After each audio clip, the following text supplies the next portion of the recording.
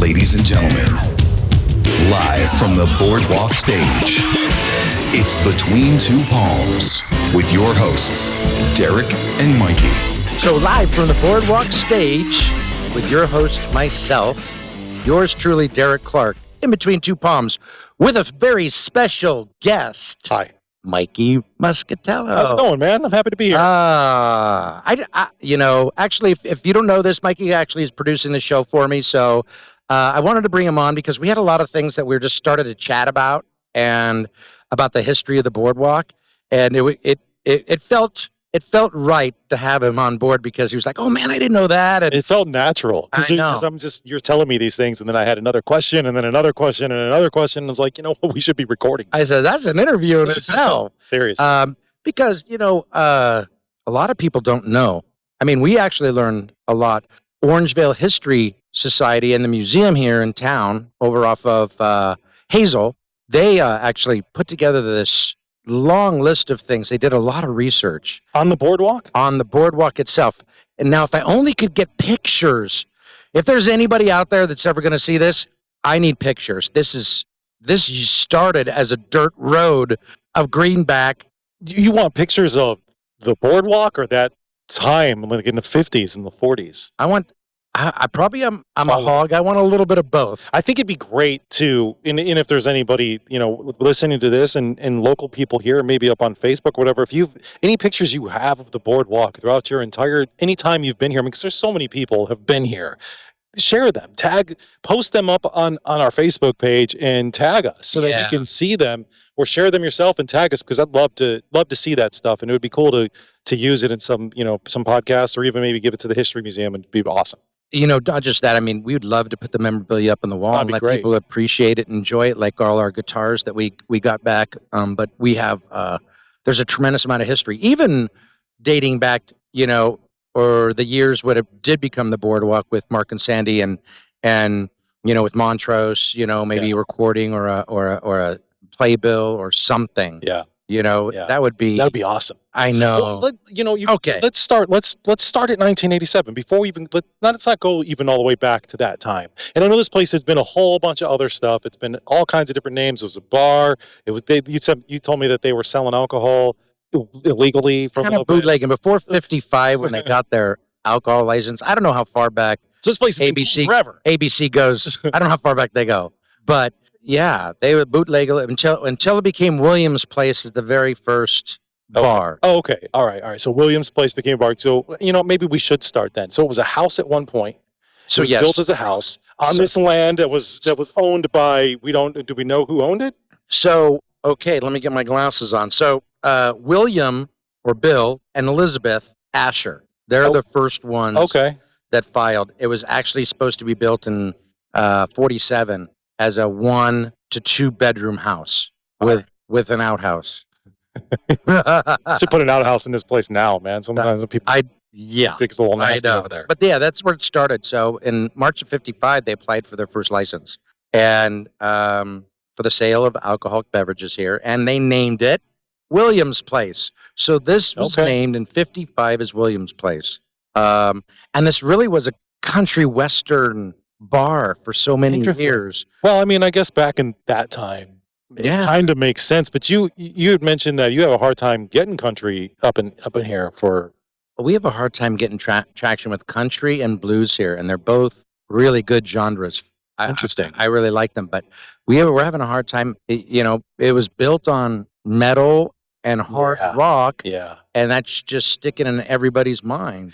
I don't think there's anything wrong with that, but I do get what you're saying. It's got to be a struggle when you're trying to book artists here and book up-and-comers or whatever it might be. Everyone thinks of Boardwalk, they think black T-shirt, they think, I probably got into a fight in this place. And so it was first a horse bar, so where you could tie up your horse. Nice. And then it went to the metal horse, which was the biker bar for good old Harley Davidsons. That's good times, though. That's good times. The old Moto Guzzies and stuff. And then it became the Aquarius Club in 66.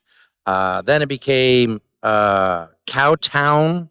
That's what it was called. The grand opening of Cowtown Saloon was in 1960. That's terrible. That's what people call Sacramento. It's not fun of Sacramento. Cowtown. I'm sure that they had a lot of bells going on. I'm sure they did. And then 70 position was filed in opposition to Cowtown and claimed this place was a public nuisance. Well, this place has been a public nuisance ever since. Forever. Yeah. But in a good way. Yeah, we're a public nuisance to the trailer park behind us. Is there a trailer park back there? There literally is. They put the trailer park in place, early 70s when they sold part of this land off, and then they started complaining. I was going to say, do they ever complain about how loud it gets here? I don't know.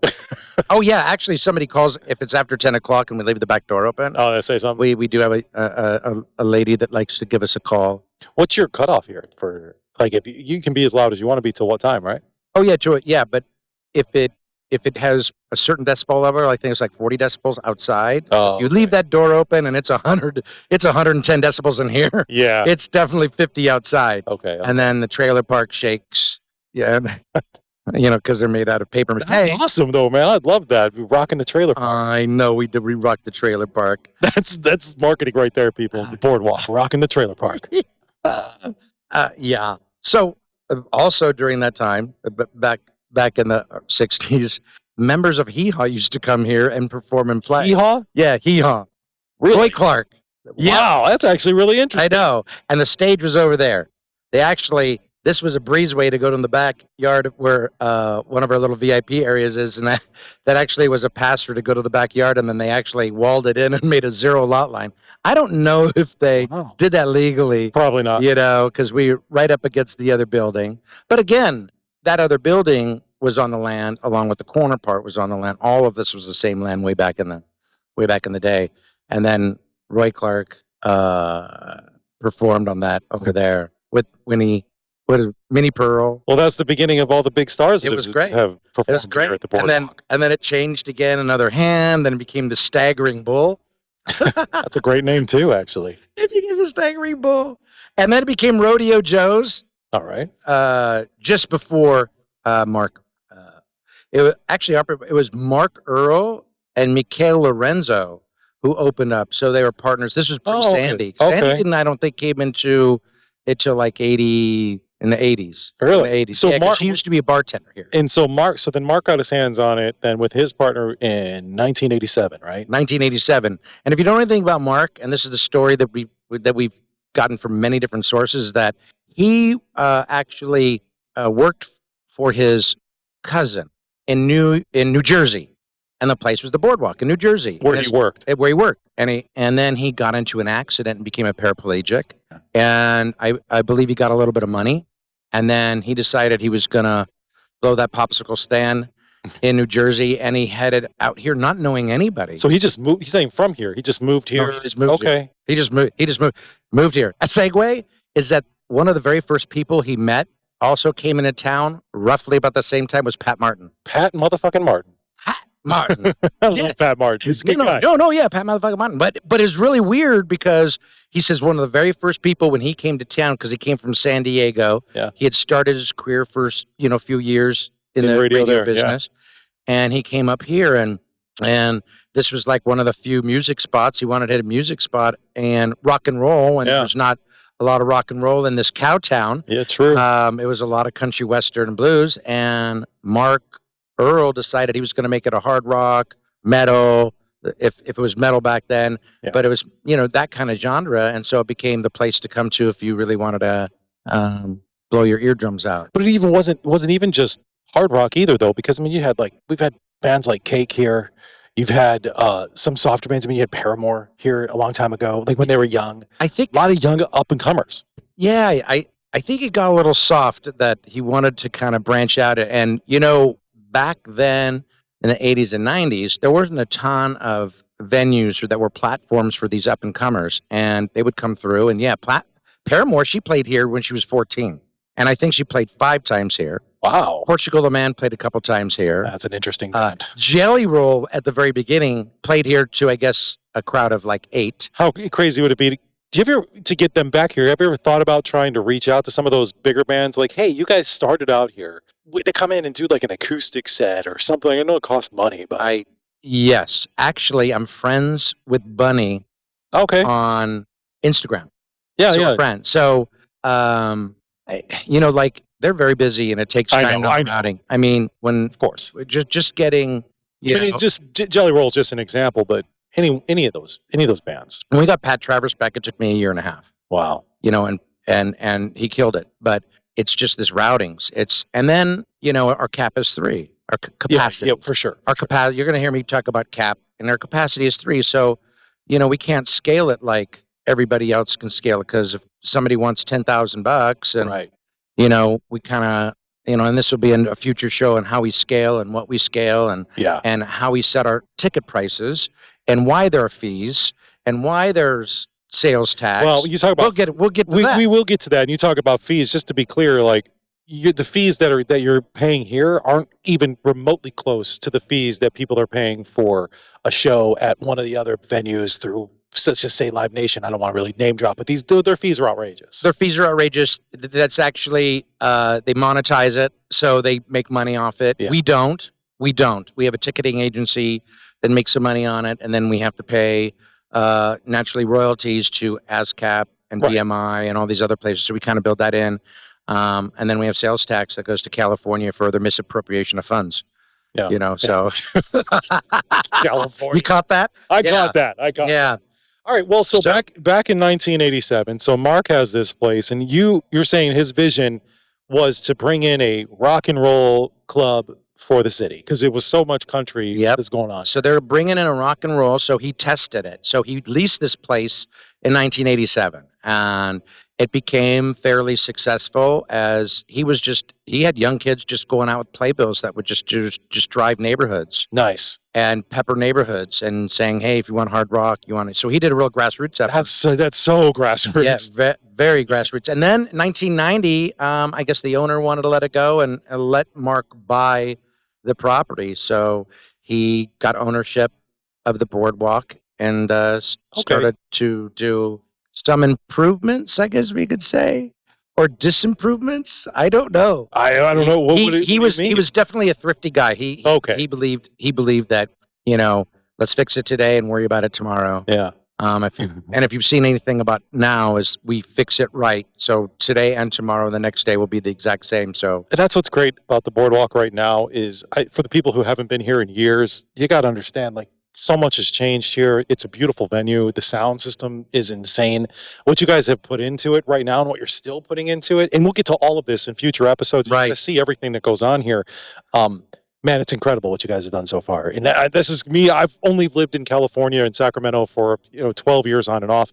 And but you came from Ohio? I'm sorry, 15 years. Ohio? Yeah, I came from Ohio. And we have a lot of venues like this in Cleveland. There's a lot of small rock and roll venues like this in that area, because Cleveland's a rock and roll town. But yeah, it's a rock and roll town. And being a part of NEVA, we have a lot of people that we belong to the National Independent Venue Association. So it's anything under 500 cap, pretty much. Interesting. That's pretty cool. Do you guys come together, like work together, sort of? Like, is it almost like a we like exchange a union ideas. I'm part of the advocacy board and the political lobbying board about. We're doing things against Live Nation. Naturally, we want to get them broken up, but we're doing things to help keep these stages preserved and try to get help to keep them preserved. Because if these go away, we'll have nothing. Well, that's the thing too, and hopefully people understand this, and I know that people in the industry do it, especially up and comers. You need these stages. These stages are where people start. This is where they really hone their craft. This was the first stage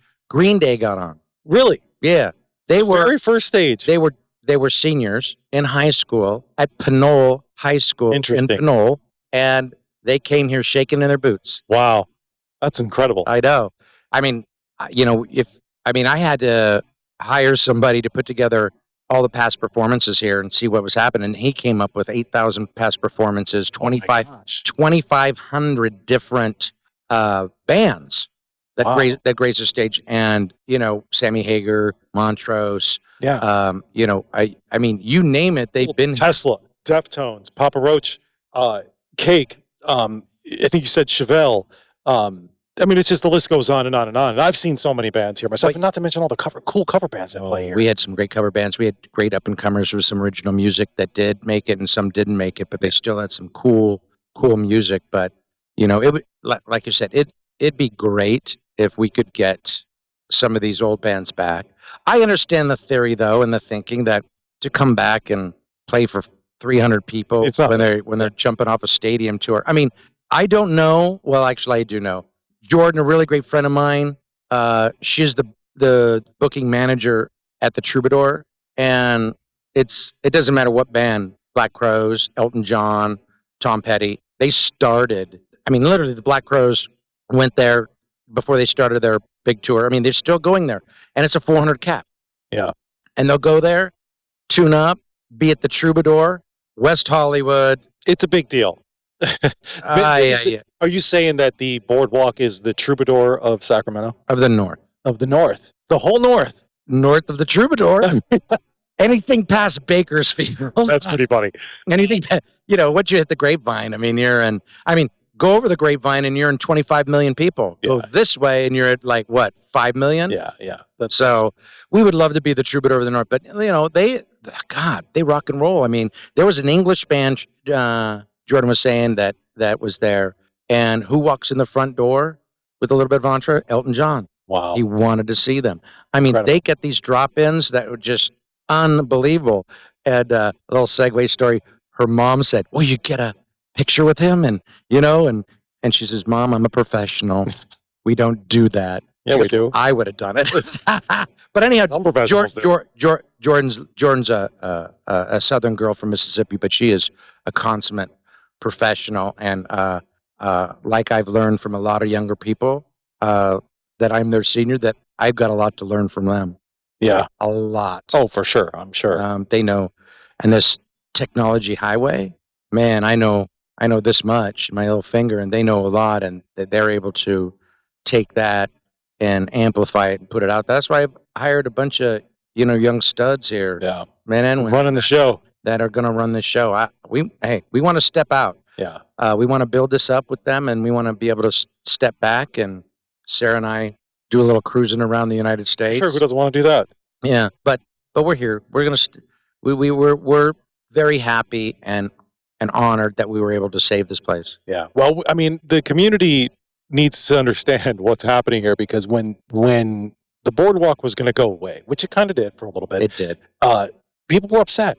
And it was like, social media was up. Yeah, people were this posting, "I can't believe the Boardwalk's gone." The Boardwalk's, it was news. It was everywhere in the community. And then people thought it was gone forever. And then you guys came in and got your hands on it, and people still don't know. And I mean, I'll post, we have an event here that's happening, and I'll post about people like, "I didn't even know the Boardwalk was open." Not that damn show. Not that damn show. It's going to be an incredible event. It's going to be a great show. It's going to be a show. great show. Some things on that. It's going to be pretty nuts. Yeah, I know. But there's a lot of people that don't really know that the Boardwalk still exists. What kind of things are you guys trying to do to get people to come back? When Mark died in November of 2020, it's like this whole place ceased to exist. It was such a weird year for everything, and then when that happened too, I think it really hit a lot of people hard. Yeah, the COVID thing, and he actually had leukemia. Yeah. So I'm sure COVID didn't help if he had it, but it kind of just after it kind of perished up. This whole post COVID has been an uphill. Oh, I'm sure. An uphill battle. It's been, Sandy tried to do a couple things here, but that was no success. Matter of fact, it probably did a little bit more damage by what she did and help. And so we thought, this is how naive I was when I actually was going to list it for Sandy. I actually am a commercial real estate broker by trade. And then Sarah and I she has a place in Monterey, and we went out there for the weekend. We chatted about it. We had this great idea that if we could hire the right people in the right spots to open up the Boardwalk, it should be a no-brainer. Actually, it's a lot more of a brainer than you think. It is. We hired a GM that ended up not working out, and he had to leave. And we hired booking people that would spend the budget and literally no advertising. So we were bleeding. We were bleeding at the cost of probably $40,000 a month. Oh my God. Yeah. And we said, how much more of this can we take? But now we jumped into it, and our learning curve was tough. Yeah, because you're coming into it, you don't know anything. I mean, not to downplay you or whatever, but you're jumping into a business that you didn't know anything about. I owned a brewery, so I know a little bit about hospitality and a little bit about that part of it. That part's a cakewalk for us. But then we have a kitchen, which we have a bar, and then we have a concert. So it's like 3 different businesses rolled up into one. Yeah. And then we have to battle the Boardwalk of the past, 4 years, 3 years. And we thought we'd open the door and, build it and they will come. And we opened the door and they went other places. And the amount of other places that are doing live music is crazy. I mean, so many have opened up every just single since I moved corner here. has got live music. And so we have to attract the right band to actually get a door. And, our margins are a lot smaller, so we're keeping our prices lower for the door but our capacity is lower too. But, so our goal is that if we make a little bit of money, that money just goes to charity anyway. Yeah. So this is... We'll talk about the Aloha initiative at some point too. And our philanthropic effort about why we're doing this and why we're here. And I said, this is the toughest job I've ever had, not making a wage. But that's another thing I don't think people realize, that how important it is to you guys that what you're doing is you're giving back. And not to sound cheesy or all these charity things that are going on, it's actually real. You guys are putting on awesome parties here all the time and still giving back to the community. I think it's important. Yeah, part of the things we haven't even tabulated, though, is we've given over $90,000 of our own money and of our own door to different charities, and also, like you said, the Aloha Initiative that we can write checks direct. But the thing is that if you are close to having enough, or you're in I'm a senior, I hate to say that, and you're okay, there's just things that aren't okay out there that you have to, and I mean, that'll be another. We're gonna have to dive into a whole episode on what you guys have done and how you guys have given back and what the Boardwalk continues to do. And part of what we also want to expose is these other charities that are out there. We want to do some live. We're gonna go get our boots on and go look at some of these other facilities that need our help, and then where's the money go? Like our biggest place that we donate to is the food bank. Partially is because it's near and dear to both Sarah and I's hearts, because we met volunteering there over 5 years ago, and now we're married. So that's a great story. Yeah, so that's another story. But it's just, and we always wanted to, and I always said after my motorcycle accident in 2010, that I've ever got right and I was ever to walk again, if I was ever to be healthy again, and would have a little bit, of savings, which you did, that I would really want to give back more, because, I hope people help me. Yeah. People, for sure. And so you don't forget, we understand when we're sick, we're miserable. I want to be healthy. You realize, gosh, how precious it is to be healthy. And then we get healthy and then we take it for granted. Sure. And then we forget about it. There's a lot of sick people out there that need help, that we can help. Yeah. And we wouldn't be humanitarians if we didn't help. Well, I think it's really great what you guys do. And, there was a point when people were local bands, even bigger bands, were sought to play here. Like, they wanted to play at the Boardwalk. And I know that it's a little bit harder to get bands now, but with them knowing they're a part of giving back too. Yeah. Does that help in a way of like bands wanting to play here? Like, no, like I want to come and bring my band and play at the Boardwalk, because not only is it a cool venue and it's cool people and it's nice, but also it gives back. So I'm doing something in multiple different ways. Has anybody presented it that way to you or talked about that? Well, number one, we have to get the word out that we're open, and that's true, and we're viable, and we are having good acts. We've got a couple really good acts that we've inspired, and then also have inspired us. They understand what we're doing. We've got some attention from some regional and national bands that are going to come here and play. Great. We just signed Pablo Cruz. I know, that's a really that's a pretty big Pablo's deal. coming, and we're going to do a battle of the bands for that. Who wants to open for Pablo Cruz? When's the Pablo Cruz show?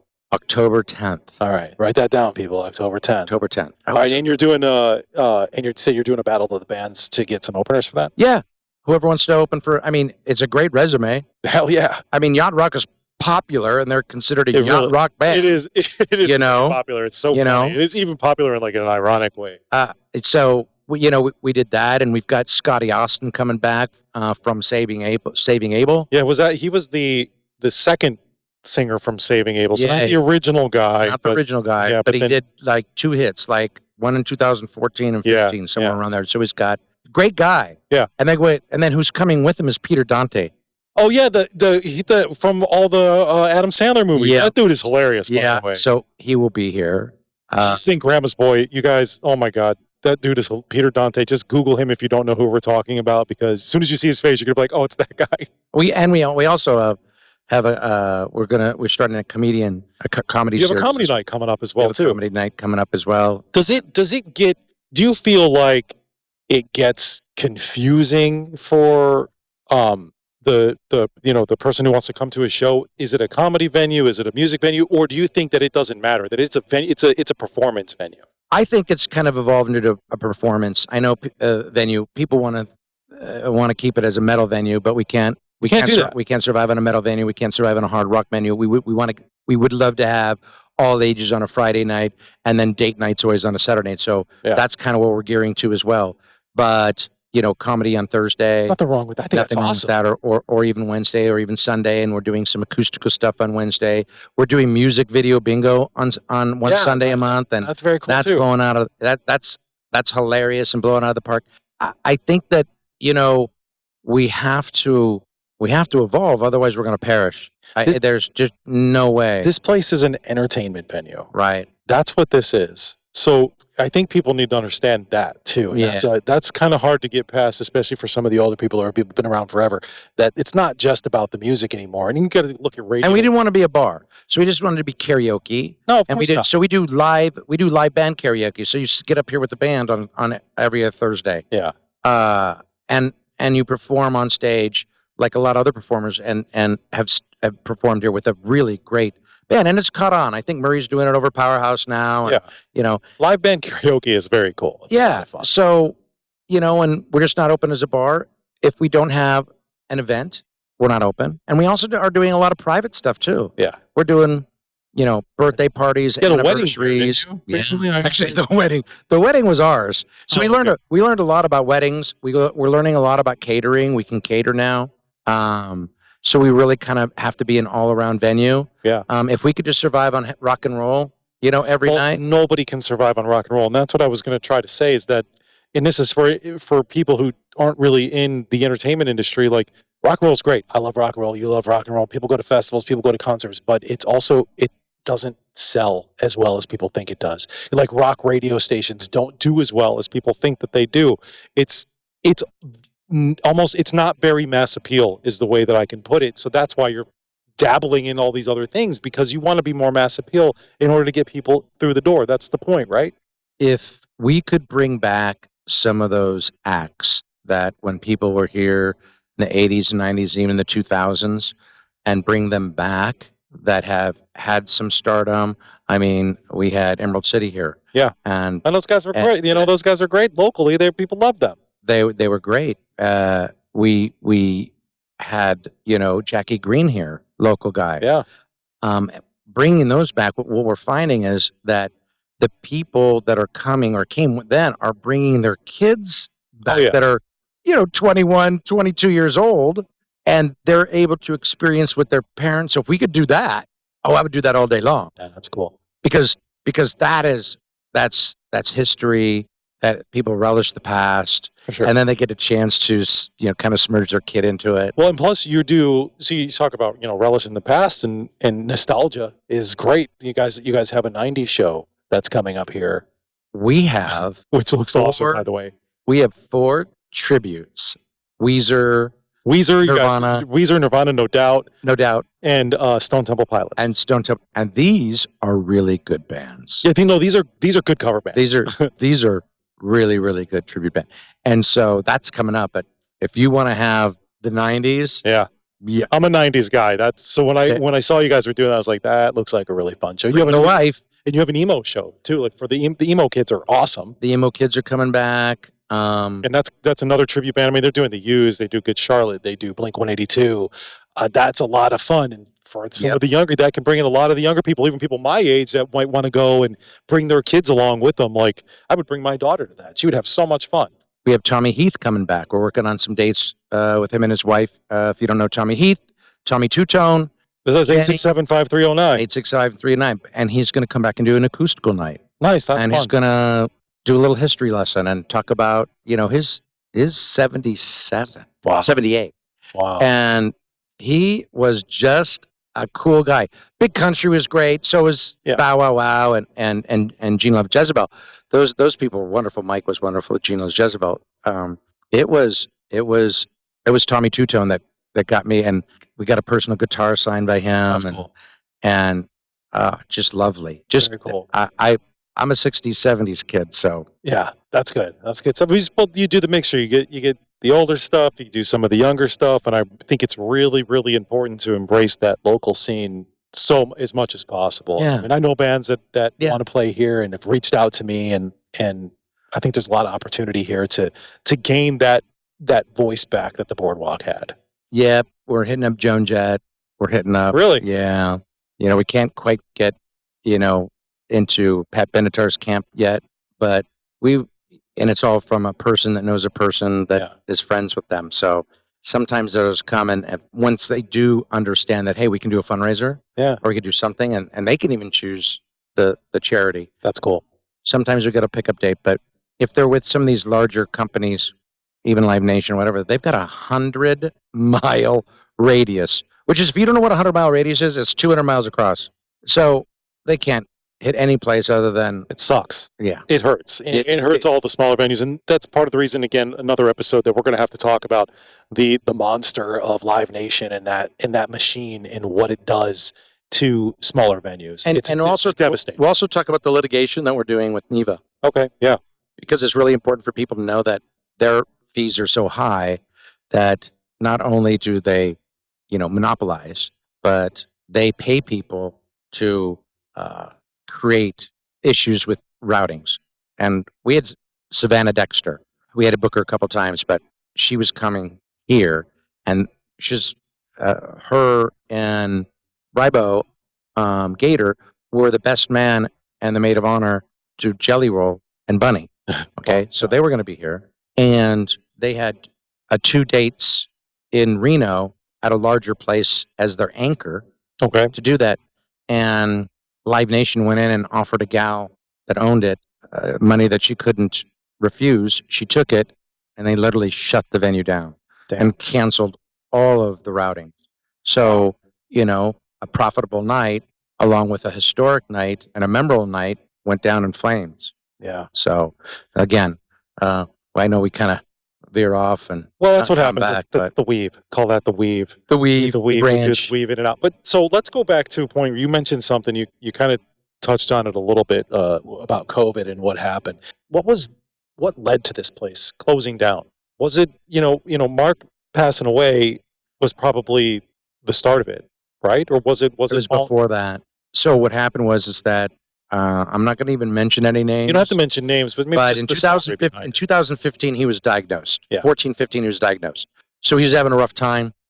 He actually employed a gentleman that's actually out there in the business right now that to help book and help do things. So from what I know, he lasted about a year here and kind of, I don't want to say, anything ill will, but he kind of stole the Rolodex. So he's just like kind of came in, learned the ropes real quick, grabbed what he could grab, and then moved on. That's So I mean, I feel like that's the business in a lot of ways, and it's unfortunate that it's a shark-infested waters, and so that was, I think, the beginning of the end. And he was dealing with a lot of stuff, and then he was, being all the chemicals and being a widow myself from somebody that passed away from cancer. When they start injecting you with that poison, it changes everything. It changes mind, it changes weight, it just changes that. It just changes everything. So I think that was the beginning of the end. I think that's when the bookings weren't the bookings, and 15, 16, and then he took it back, 17, 18, and then 19 he was really sick, and then 20 he passed away. So I think for the last, several years, I think from 2015 or maybe 16, 17 to 2020, it was kind of a mess. That's right. It was kind of a mess, and they didn't have the right booze on hand, they didn't have the right food on hand, they didn't have the right talent on hand, and so they were just kind of recycling locals, over and over again. So it was that was kind of his illness took it out of the game. I mean, he was the driving force. He was the guy that many drugs and employed many fantastic people. It was the sign of the time. Anyway. Yeah, sign of the time. It was the sign of the time. I mean, come sure. We all know that, sex, drugs, and rock and roll just wasn't a saying. It was a life. It was a way of life. It was a real thing. It was a real thing. And if you went to a small venue like this, including the Viper or the Troubadour, somebody had some type of blow or somebody had some type of hallucinogenic. It was usually some radio dude and some record label guy doing blow, so that the radio guy will play the record, and then people passing it out all over the place. I mean, that's how it was back then. It was a handshake and hand business for it really was. And it's not like that at all anymore. Like, not at all for the most part. And it's unfortunate because a lot of the bigger venues have taken away that passion for playing in smaller clubs, and these smaller, newer acts are trying to go play. I'm not going to name other venues and stuff, but trying to play other venues instead of smaller clubs like this. And I think that really sucks. I think people need to take Green Day's lead. Billy Joel goes and plays under a assumed cover. Oh yeah. And he pops in all over the place, all over the Bay Area. It's really cool.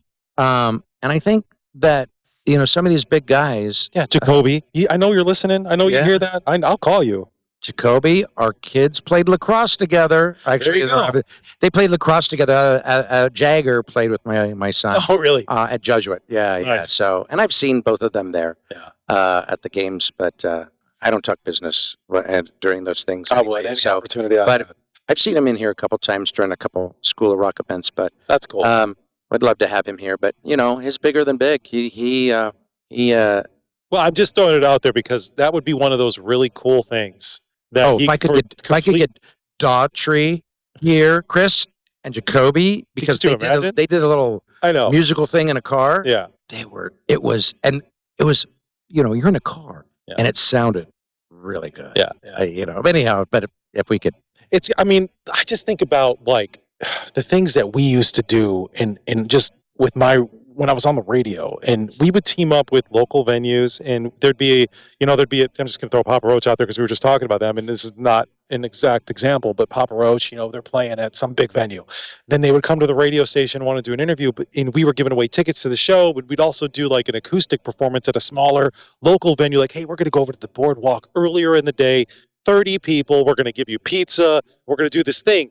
Does that not happen anymore? Is that because of radio, or is that just because the industry isn't doing shit like that anymore? I think it's the greed of the promoter. I think it's you're going to hurt my ticket sales by doing that, or you can't advertise that. No, I know it's not. When people stop, it's a treat. It's a treat. It's a preamble to something more spectacular at their venue. But I just think that they've gotten a little. And I'm not talking about the act. The act goes where. They've got a schedule, right? So they have, and I think Jacoby's included on this as well. Is that he'll stand up and he'll just go do something. Yeah, and we need more of those. Yeah, we need more of the Daughtries, the Jacobys, the Jelly Rolls, these ones that will the Billy Joe. We need those ones that will say, I'm gonna call Derek. I want to pop in.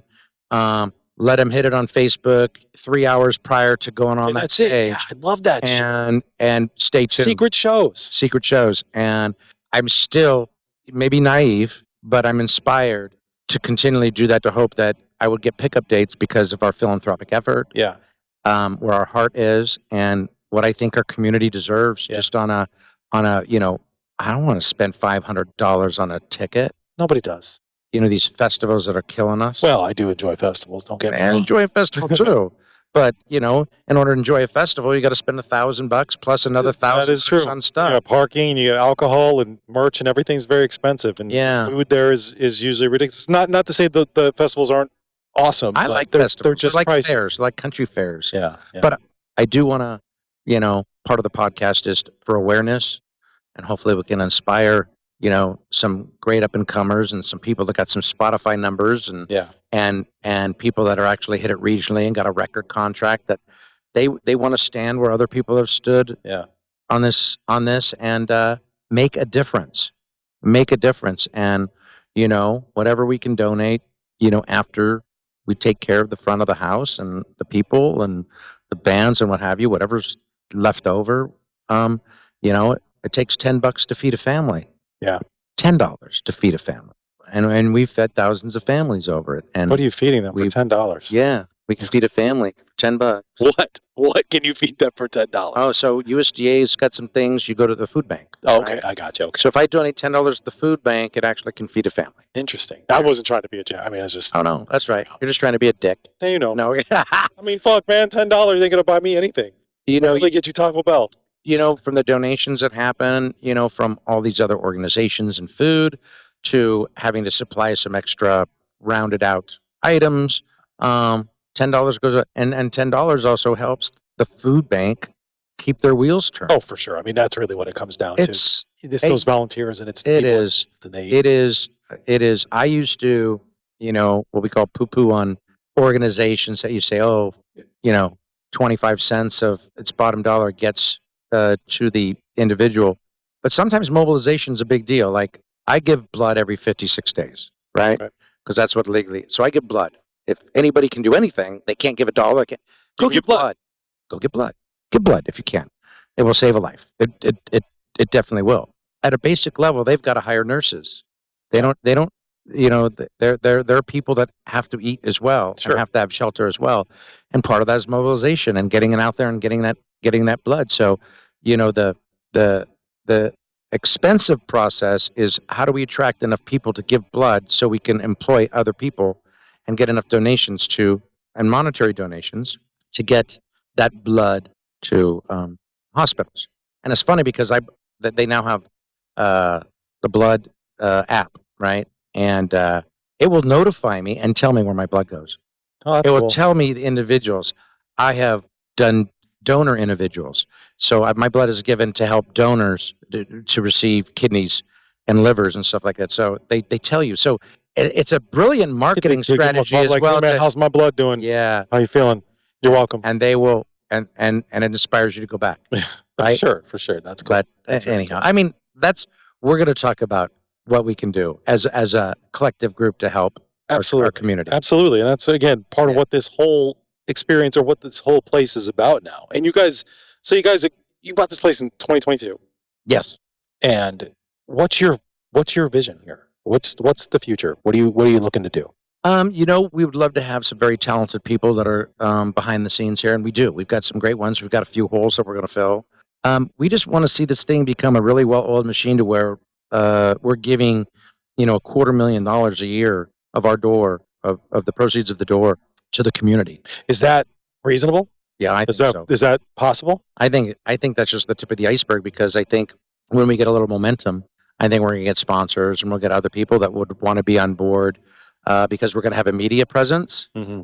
It'll be bigger than this. It's not going to just be coming here. It'll be about, you know, the people from the boardwalk, the community from the boardwalk, the community from the area is getting together and helping just to make a little bit of it. Have you thought about, you know, there's all these different little festivals, not music festivals, but just like little local community festivals, like the, you know, Rockland Community Festival or whatever it might be, Folsom, or even farmers markets. Do you guys have a tent where you go and you set up and you take a couple of the people here and you put them out there for a couple hours and they're promoting upcoming shows and also talking about your charity work that you guys do? Have you done anything like that? That is a great grassroots effort that we would love to do. And the reason why we haven't done it is because we're a little bit behind the curve. Gotcha. We're still in that catch-up stage that, you know, we do want to get ahead of it. Mm-hmm. It's kind of like, I'm a pilot. It's like getting ahead of the instruments instead of falling behind your instruments, you know, and worrying about what's happening versus being ahead of them and dictating where you're going. So we would love, you know, we are people power short, so we want to get more. We would love to have that part of the disposable income in order to have these people go and have awareness. Yeah. And do some giveaways and shirts and what have you. Getting a lot of awareness from, we're getting a lot of awareness from our music video bingo. I mean, it's a whole different type of person comes in there, but you also get the music nerds. Mm-hmm. And it is getting a little bit of momentum, but yeah, I would love to be able to go and be a guest of a festival and say, you know, these are the things that we're doing, or this is the family we want to help. We're looking for a few donations. Well, even if it was just a, you know, if you guys threw up a tent with a couple of marketing girls out there handing out flyers, and I'm just Yeah. curious. I mean, those are the grassroots things I think that are going to bring people back to the boardwalk when they see the boardwalk in the community at these community events, not just here, but out and about, doing those things and being a part of it and participating. Yeah.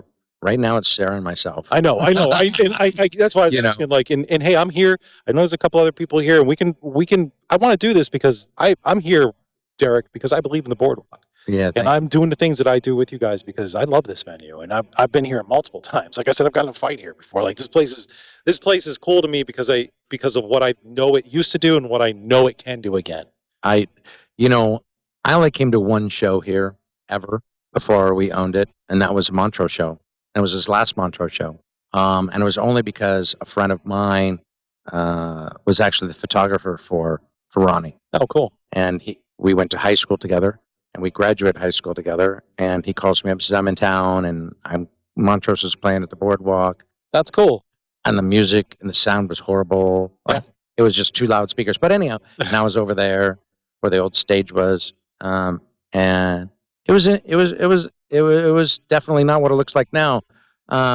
It was memorable, and that's kind of what we want to bring back, and not only get people that been here before, because we get this every week. Hey, I haven't been there in years, and I just came here, and oh my God, what a wonderful place! Or I've never been here because other than attracting with the band that they wanted to see, an '80s or '90s band, they avoided this place. It's kind of like this was the unknown past the doors. The black hole. But the people that knew, people that knew, loved it. So we need to. I always talk about grassroots is that we're picking up 1 or 2 new loyal customers a week. That's important. And it's taken time because if you think about it, 52 weeks in a year and we're getting 100 people. That's about where we are, based on what's coming through that door. We're not getting 300-400 people every time. We'd like to get 170 to 240 through the door all the time, and that's how we scale it. And that makes a little bit of money for the community, and that pays everybody greatly. And we feel good about it. So not quite there yet. You'll get there. But you'll get there. We want, and with people like you and we have I can't say how I can't tell you how great our crew is. Your team is incredible. They're good people and they're passionate. And they do a wonderful job. And sometimes I'm a little hard on them, but you're the owner. I mean, they got to be accountable to Papa. So yeah, of course. I've always been before this and in the real estate, always been that laid back kind of, not everything. This has kind of changed me a little bit. I'm sure. It's changed Sarah a little bit, and we'd love to get back to that more laid back feeling instead of a little bit, tense and how much is this going to cost you phase. Well, if there's anything I can do to help you guys get there, I'm all about people being laid back and chill. So Derek, this has been a pretty fascinating episode. I think in the upcoming episodes, there's going to be a lot of stuff for us to talk about, but I do want to ask you this as we wrap up this episode. Why does the boardwalk matter so much to you and the community? This is going to sound trite. It wasn't about the boardwalk. It was about what the boardwalk, what it emulated, what it represented. Okay. Things come and go all the time. The name changes, everything like that. Everybody told us, man, you would have been better off changing the name and have been fresh, new, and more people would have come in and everything like that. Yeah, I agree, but it was a little more of an uphill battle to resurrect the boardwalk and kind of get it back and even make it a little bit more. So it represented old community with a new community flavor to us. I thought it was, we always did this in mind not to make a zillion dollars off it. We did come at this to say this could be an opportunity to have a vehicle that would help the music community because number one, music community doesn't have crap when it comes to medical and dental. True. They don't have crap when it comes to mental health. Okay. Yep. Crap retirement. Yep. Okay. That means nothing. When you say crap, it means zero. There's nothing. There's nothing. You're talking about 1% of 1% make it and get something, and then you have another 10% that do make it that loses everything because of the environment. But also, we do a ton of stuff for the musicians. We do a ton of stuff for fundraisers for the musicians, for mental health, for people that had actually perished, that we could help their families or give them a stage before they perished. A person that comes to mind, but he was wonderful. He played here, and then 2 weeks later he passed away. And he was passing away, and so sad. Glenn, what a wonderful dude he was. But But I think we need to take care of the music community because there's not and I said this the other day, there's nothing that has touched our lives more than music. We have music when we're happy, sad, indifferent, Yeah, a breakup song, said that in the first get together episode. song, and all that stuff. But it's real. It is real. It's super real, and we have to pay homage to it, one, and we have to care for it. Otherwise, this goes away, man, it's going to become a different world. Yeah. It's going to become a mainstream, different world to where, people are creating music with AI. And It's already happening. I do that on my podcast all the time. Yeah. It's not good. That's not good music, but it's funny. No, but platform for the others that couldn't have the platform any other ways. But Yeah. old school, there's something to be said for old school because it doesn't matter if it's bell bottoms or if it's Leonard Skinner. It goes away and it comes back. Always. It's the next generation. Always. It goes away and it comes back. And why the Boardwalk? That's why it gave us a platform. It gave us a platform to hopefully the last 35 years to make a difference. That's incredible. Good. Well, that's awesome, man. I think what you guys are doing here is awesome, and I think it's only going to be a lot of great things coming in the future here. That's the goal. That is the goal. 100%. Thank you for being a part of this. Hey, man, I'm here whenever you need me. Of course. I appreciate that. And I want to thank everybody for listening and giving me the opportunity to jump on my soapbox and talk to you a little bit about it. But there's a lot more interesting stuff that's going to be coming your way. What it takes to make the Boardwalk run, where the money goes, up and coming acts, older acts, regional acts, national acts, interviews, those types of things, and hopefully a festival or two that we're out on location and getting some awareness. But I want to thank everybody. Take care. See you next time.